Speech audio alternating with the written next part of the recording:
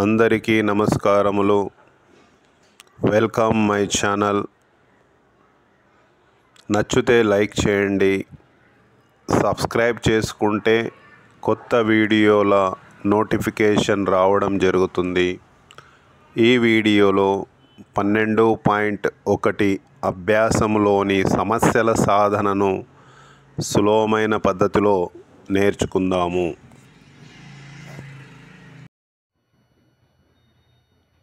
అభ్యాసం 12.1లో మొదటి లెక్క. భూమిపై ఒక టవర్ నిలిచి ఉంది. ఆ టవర్ అడుగు భాగము నుండి 15 మీటర్ల దూరము నుండి ఆ టవర్ పై కొన 45 డిగ్రీల ఊర్ధ్వ కోణంలో పరిశీలించబడింది. ఆ టవర్ ఎత్తు ఎంత? మొట్టమొదటి సమస్యకు తగిన పటాన్ని వేసుకుంటేనే మనకు సమస్య అనేది సాధన అవుతుంది. భూమిపై ఒక టవర్ నిలిచి ఉంది కాబట్టి ఒక టవర్,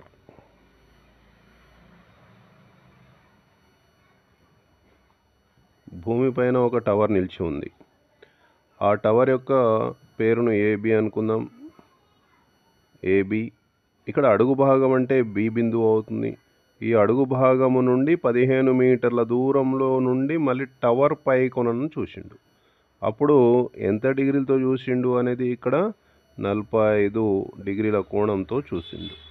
టవర్ యొక్క ఎత్తును అడుగుతున్నాడు. టవర్ యొక్క ఎత్తు 45 డిగ్రీలకు ఏమవుతుందంటే ఎదుటి భుజం అవుతుంది. కోణం పరంగా చూసుకోవాలి. మనకు అడిగేటటువంటిది ఏంటి అంటే టవర్ యొక్క ఎత్తు, దీన్ని హెచ్ అనుకుందాం. మరి ఇచ్చింది ఏంటి అంటే 15 మీటర్ల దూరం నుండి చూసిండు కాబట్టి ఇది కోణానికి ఆసన్న భుజం అవుతుంది. ఈ ఎదుటి భుజం బై ఆసన భుజం అనేటువంటి త్రికోణమితి నిష్పత్తి లోపల మనం 3 గుర్తుపెట్టుకోవాలి. ఒకటి సైన్, రెండవది కాస్, మూడవది ట్యాన్. సైన్ అంటేనేమో ఎదుటి భుజం బై కర్ణం, ఆసన భుజం బై కర్ణం, నెక్స్ట్ ఎదుటి భుజం బై ఆసన భుజం. ఈ 3 నిష్పత్తులలో ఏది మనకు తగిన విధంగా ఉంటుందో తీసుకొని మనము సమస్యను సాధన చేసుకోవాలి. కాబట్టి మనకి ఇక్కడ ఎదుటి భుజం ఇచ్చిండు, ఆసన భుజం ఇచ్చిండు కాబట్టి మనము tan θను తీసుకొని మనము సమస్యను సాధన చేసుకోవాలి. చూడండి 12.1ని ఏ విధంగా చేసుకుంటాం అనేది. ఇది పటం. ఇందులో 45 డిగ్రీలకు ఎదురుగా హెచ్ అంటే ఎత్తు బై ఎదుటి భుజం బై ఆసన భుజం. దీన్ని tan θ ఈజ్ ఈక్వల్ టు ఎదుటి భుజం బై ఆసన భుజం. ఈ విధంగా రాసుకోవాలి. వివరాలన్నీ కూడా రాసుకున్న తర్వాత అన్నీ ప్రతిక్షేపించి సమస్యను సాధన చేసుకుంటే మనకు జాబ్ వచ్చేస్తుంది. tan θ ఈజ్ ఈక్వల్ టు ఎదుటి భుజం బై ఆసన భుజం. tan θ అంటే ఎంత అంటే 45 డిగ్రీలు. ఎదుటి భుజం దీనికి ఏమవుతుందంటే ఏబి అవుతుంది. ఆసన భుజం ఏమవుతుందంటే బీసీ అవుతుంది. tan 45 యొక్క విలువ ఎంత అంటే 1. ఏబి అంటే హెచ్, బీసీ అంటే 15. ఇక్కడ 45 tan 45 అంటే 1 కదా, 1/1 రాసుకొని దీనికి అడ్డగుణాకారం చేసుకుంటే హెచ్ ఈజ్ ఈక్వల్ టు 15 మీటర్లు. అంటే ఆ టవర్ యొక్క ఎత్తు 15 మీటర్లు అని వస్తుంది. ఈ విధంగా మనము ఒకటో లెక్కను నేర్చుకోవాలి. నెక్స్ట్ రెండవ సమస్య చూడండి. ఒక చెట్టు గాలికి విరిగిన పై భాగం భూమికి 30 డిగ్రీల కోణం చేస్తూ ఆ భూమిపై పడింది. చెట్టు అడుగు భాగము నుండి కింద పడిన చెట్టు కొన మధ్య దూరం 6 మీటర్లు. చెట్టు విరగక ముందు ఆ చెట్టు ఎత్తు ఎంత? చూడండి, ఇది చెట్టు. గాలి వచ్చింది కాబట్టి ఇక్కడికి ఇరిగి ఏమైంది? భూమికి తాకింది. భూమికి ఎంత డిగ్రీలతో తాకింది అనేది కోణం ఇవ్వడం జరిగింది. ఎంత కోణం ఇచ్చిండు అంటే 30 డిగ్రీలు ఇచ్చిండు. 30 డిగ్రీలకు నిలబడినటువంటి భాగం ఎదుటి భుజం అవుతుంది. విరిగి పడినటువంటి భాగం ఏమో కర్ణం అవుతుంది. మరి ఇచ్చింది ఏంటి అంటే 6 మీటర్లు ఆసన భుజం కూడా ఇవ్వడం జరిగింది. కాబట్టి ఇది ఎదుటి భుజం కనుక్కోవాలి, కర్ణం కనుక్కోవాలి. కాబట్టి సైన్ ఉపయోగించాలి, లేదా కాస్, లేదా ట్యాన్. ఈ మూడింటి లోపల ఏ ఉపయోగించాలనేది మనము ఇక్కడ నిర్ణయం చేసుకోవాలి. ఎదుటి భుజంపై ఆసన భుజము కాబట్టి ట్యాన్ ఉపయోగించుకోవాలి. తర్వాత ఆసన భుజంపై కర్ణం కాబట్టి కాస్ ఉపయోగిస్తాం. ఈ విధంగా రెండు కనుక్కున్న తర్వాత మనం కూడిక చేసుకుంటే మనకు చెట్టు యొక్క ఎత్తు వస్తుంది. సమస్య సాధన చూడండి. త్రిభుజం ఏబీసీలో ఏబి అనేది నిలబడిన చెట్టు పొడవు హెచ్ అనుకుందాం. బీసీ విరిగిన చెట్టు యొక్క భాగం అది కర్ణం అవుతుంది, దాన్ని ఎక్స్ అనుకుందాం. సో ఫస్ట్ మొట్టమొదట నేను నిలబడినటువంటి చెట్టు యొక్క భాగాన్ని కనుక్కోవాలంటే ఇది కోణానికి ఎదుటి భుజం అవుతుంది. సో ఎదుటి tan θ = ఎదుటి భుజం బై కర్ణము, ఎదుటి భుజం బై ఆసన భుజం. tan θ అంటే 30 డిగ్రీలు, ఎదుటి భుజం ఏబి బై ఆసన భుజం ఏసీ, ఆసన భుజం ఏసీ. tan 30 యొక్క విలువ 1/√3. ఏబీని నేను హెచ్ అనుకున్నా, బై ఏసీ 6 ఇవ్వడం జరిగింది. ఇక్కడ అడ్డగుణాకారం చేసుకుంటే హెచ్ ఇంటూ √3 = 6.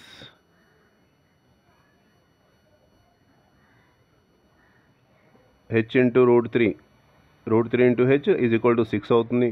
ఇక్కడ హెచ్ = 6/√3 అవుతుంది. హారంలో √3 ఉంటే దానికి కరణీయం చేయాలి కాబట్టి ఇంటూ √3/√3. హెచ్ = 6√3 బై √3 ఇంటూ √3 ఎంత అంటే 3. వర్గమూలం వెళ్ళిపోతుంది.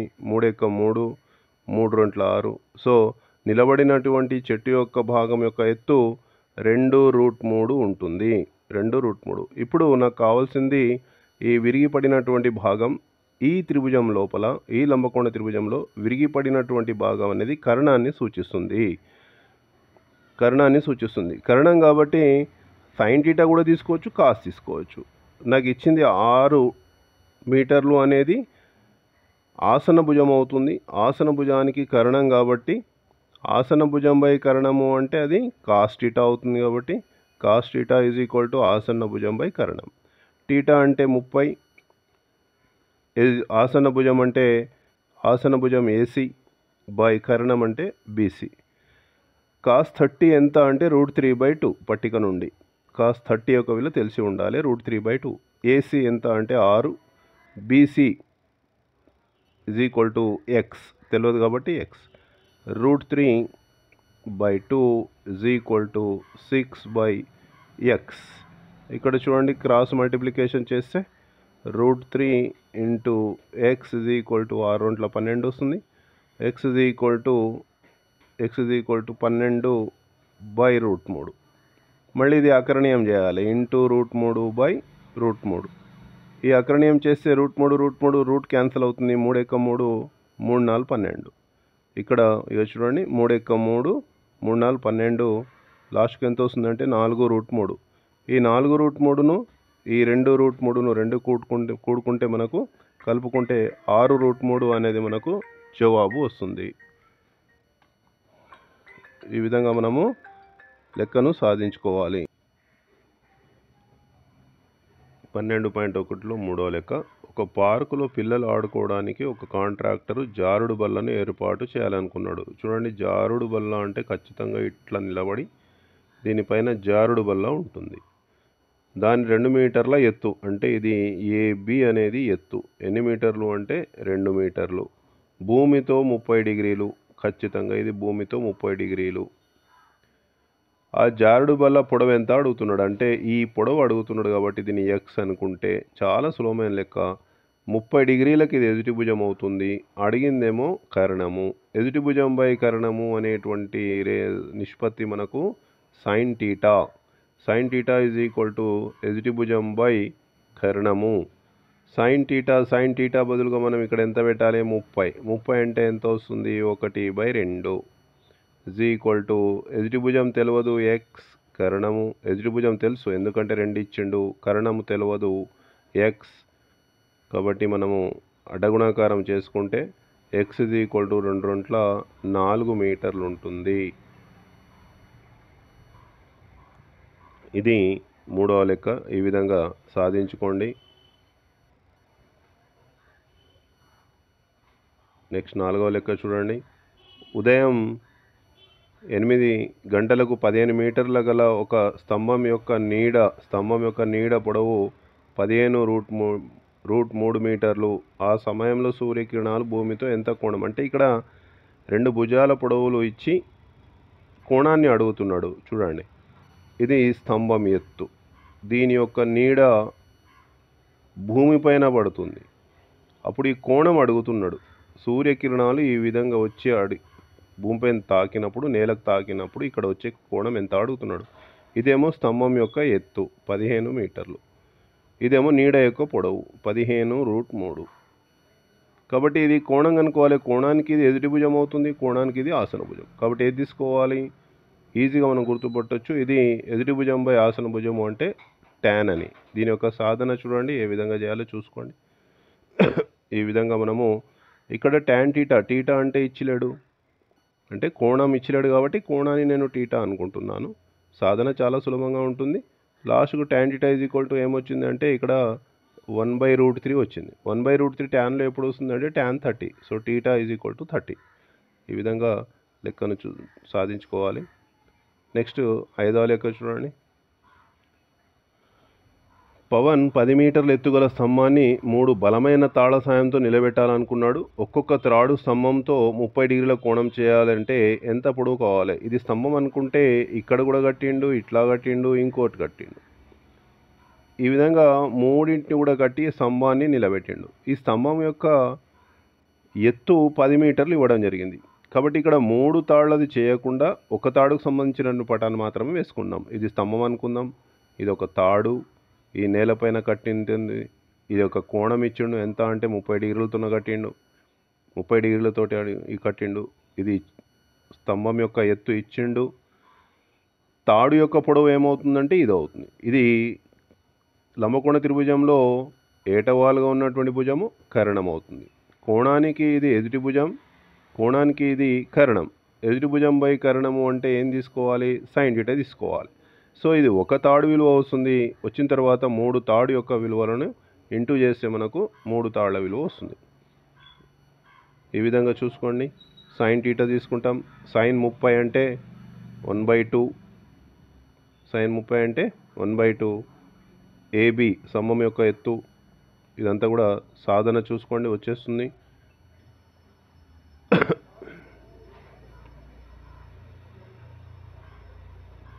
ఒక తాడు యొక్క పొడవు నాకు 20 మీటర్లు వచ్చింది. మొత్తం తాళ్ళు 3 కాబట్టి 3 × x అంటే 60 మీటర్లు అవుతుంది.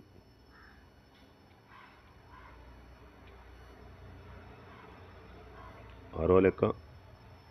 విజయ్ భూమి నుండి 6 మీటర్ల ఎత్తుగల భవనంపై నుండి భూమిపైనున్న ఒక లక్ష్యాన్ని 60 డిగ్రీల నిమ్న కోణం బాణంతో ఛేదించాలనుకున్నాడు. విజయ్ నుండి లక్ష్యం ఎంత దూరం ఉంది? విజయ్ భూమి నుండి 6 మీటర్ల ఎత్తుగల భవనం పైన, ఇది భవనం అనుకుందాం. విజయ్ ఇక్కడ ఉన్నాడు. ఇక్కడ నుంచి ఒక లక్ష్యం ఇక్కడ ఉంది అనుకుందాం. ఆ లక్ష్యాన్ని బాణంతో కొట్టినట్టే ఈ విధంగా ఉంటుంది. అంటే ఏటవాలుతనం అనేది ఆయన యొక్క దూరం అవుతుంది. అప్పుడు కోణం ఎంత చేస్తుంది ఆ లక్ష్యంతో అంటే 60 డిగ్రీలు. ఇది నిమ్న కోణం. నిమ్న కోణం అంటే ఈ విధంగా వేసుకోవాలి. పైన మన సమాంతర రేఖల లోపల ఇక్కడ ఎంత ఉంటుందో ఇక్కడ కూడా అంతే ఉంటుంది కాబట్టి ఇక్కడ కూడా 60 డిగ్రీలు. ఇది ఒక లంబకోణ త్రిభుజం అవుతుంది. ఇది 6 మీటర్లు. లక్ష్యం కనుక్కోవాలి. ఎదుటి భుజం బై కరణం అవుతుంది. ఎదుటి భుజం బై కరణం అంటే ఏది తీసుకోవాలి? సైన్ టీటా తీసుకోవాలి. టీటా అంటే 60 డిగ్రీలు కాబట్టి √3/2 వేసుకుంటాం. ఈ విధంగా సాధన చేసుకుంటాం. సాధన చూడండి. ఏబి భవనం యొక్క ఎత్తు, ఏబి అనేది భవనం యొక్క ఎత్తు. ఇక్కడ నుంచి లక్ష్యాన్ని చూసిండు, ఇక్కడ నుండి లక్ష్యాన్ని చూసిండు కాబట్టి ఇక్కడ నిమ్న కోణం ఎంత అంటే 60, ఇక్కడ వేసుకుంటాం.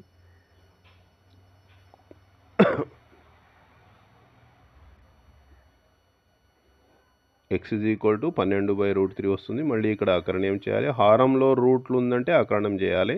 √3 అంటే చూడండి, √3 × √3 2 సార్లు వర్గమూలము ఉంది అంటే ఒకటేసారి వస్తుంది కాబట్టి 3 అవుతుంది.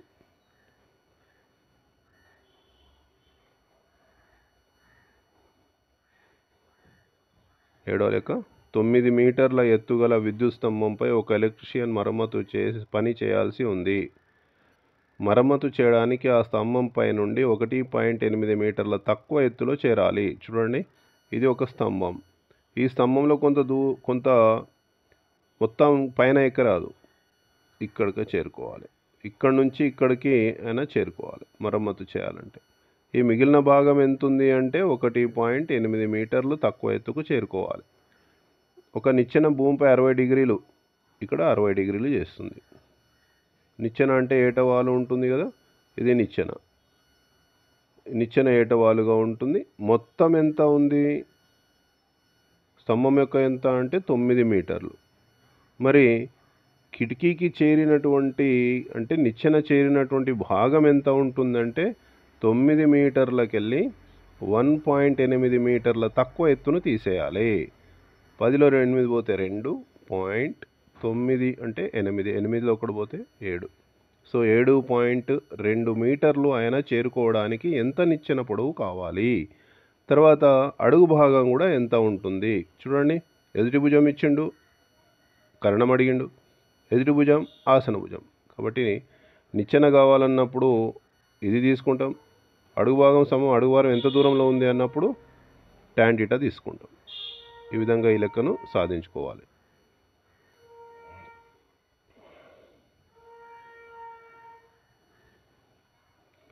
ఇక్కడ x అనేది కేవలము నిచ్చెన యొక్క దూరాన్ని మాత్రమే కనుక్కోవడం జరిగింది. అంటే నిచ్చెన యొక్క పొడవును AB స్తంభం యొక్క పొడవు, BC మిగిలినటువంటి భాగం, AC నిచ్చెన ఆనినటువంటి భాగం 7.2 అవుతుంది. AD కనుక్కోవాలి. మళ్ళీ దీన్ని y అనుకోండి, దీన్ని y అనుకుంటే అప్పుడు tan ఉపయోగించుకుంటాం. tan 60 = ఎదుటి భుజం 7.2 బై y. tan 60 అంటే √3, 7.2 బై y. బై 1 రాసి అడ్డగుణాకారం చేసుకుంటే √3 × y = 7.2. y = 7.2 బై √3ను అకరణీయం చేసి మొత్తం విలువ కనుక్కోండి, వచ్చేస్తుంది. ఇది 7వ లెక్క. నెక్స్ట్ 8వ లెక్క. ఒక నావ ఒక నదిని దాటాల్సి ఉంది. నది ప్రవాహం కారణంగా ఆ నది తీరంతో 60 డిగ్రీల కోణం చేస్తున్న ఆ నావ 600 మీటర్లు ప్రయాణం చేసి అవతలి తీరాన్ని చేరింది. నా నది వెడల్పు ఎంత? ఇది ఒక నది అనుకుందాం. ఇక్కడ ఒక నావ మొదలైంది. యాక్చువల్గా నావ అయితే ఈ తీరం నుంచి ఈ తీరానికి చేరుకోవడానికి ఈ విధంగా వెళ్ళాలి. కానీ ప్రవాహం వలన ఏమైంది, స్లోగా ఆ పడవ అనేది ఏటవాలుగా వెళ్తూ వచ్చింది. అది ఎంత కోణంతో చేస్తుంది అంటే 60 డిగ్రీల కోణంతో చేస్తుంది. ఇక్కడి నుంచి ఇక్కడికి చేరుకోవడానికి 600 మీటర్లు అయ్యింది.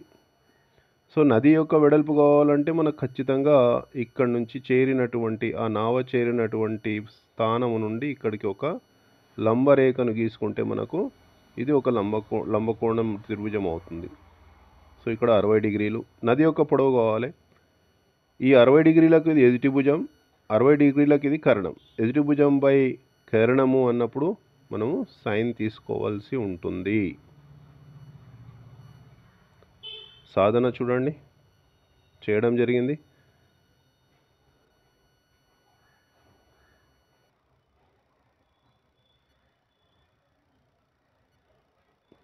నది యొక్క వెడల్పు చివరికి ఎంత వచ్చిందంటే 300√3 మీటర్లు.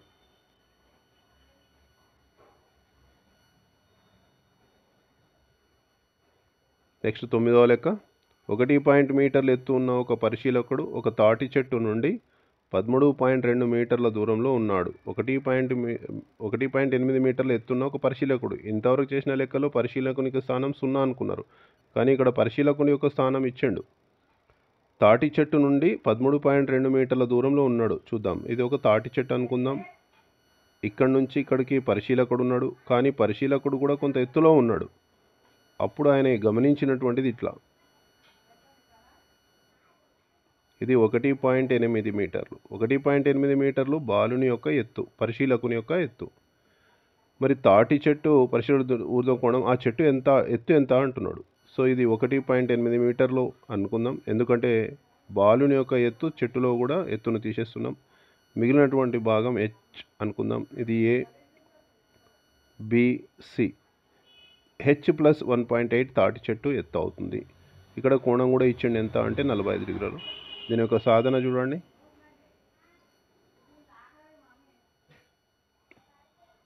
ఏబి ఈజ్ ఈక్వల్ టు తాటి చెట్టు ఈ విధంగా పటం వేసుకుంటాం. ఇక్కడ పరిశీలకుని యొక్క స్థానాన్ని, పరిశీలకుని యొక్క ఎత్తును మనం గమనించాల్సి ఉంటుంది. పరిశీలకుని యొక్క ఎత్తు లేకపోతే చాలా సులభంగా ఉంటుంది. పరిశీలకుని ఎత్తు ఇచ్చినప్పుడు కొంచెం జాగ్రత్తగా చూసుకోండి. సో చివరికి మనకు తాటి చెట్టు ఎత్తు ఎంత అంటే 1.8 ప్లస్ 13.2 ఇది లెక్క. ఈ విధంగా సమస్యలన్నీ కూడా సాధించుకోండి. ఒక కోణం ఉంది అంటే అది ఒకటే లంబకోణ త్రిభుజానికి సంబంధించింది. ఒకటే కోణం ఉందంటే ఒకటే లంబకోణ త్రిభుజం. ఉన్నవే 3 భుజాలు. ఆ 3 భుజాల్లో ఏది ఇచ్చిండు, ఏది అడుగుతున్నాడు అనేది జాగ్రత్తగా చూసుకోండి. మనకి ఎగ్జామ్లో పటం కూడా వేయమంటాడు. 4 మార్కులు ఉంటాయి. చదువుతూ పటం వేయాలి. 1కి 2 సార్లు చదవండి, పటం చాలా సులభంగా వచ్చేస్తుంది. ఈ విధంగా అన్ని సమస్యలు చేసినాం. ఇంకోటి 10వ లెక్క ఉంది, అదొక లెక్క సాధన చేసుకోండి. అదొక హోంవర్క్ అనుకోండి. Thank you.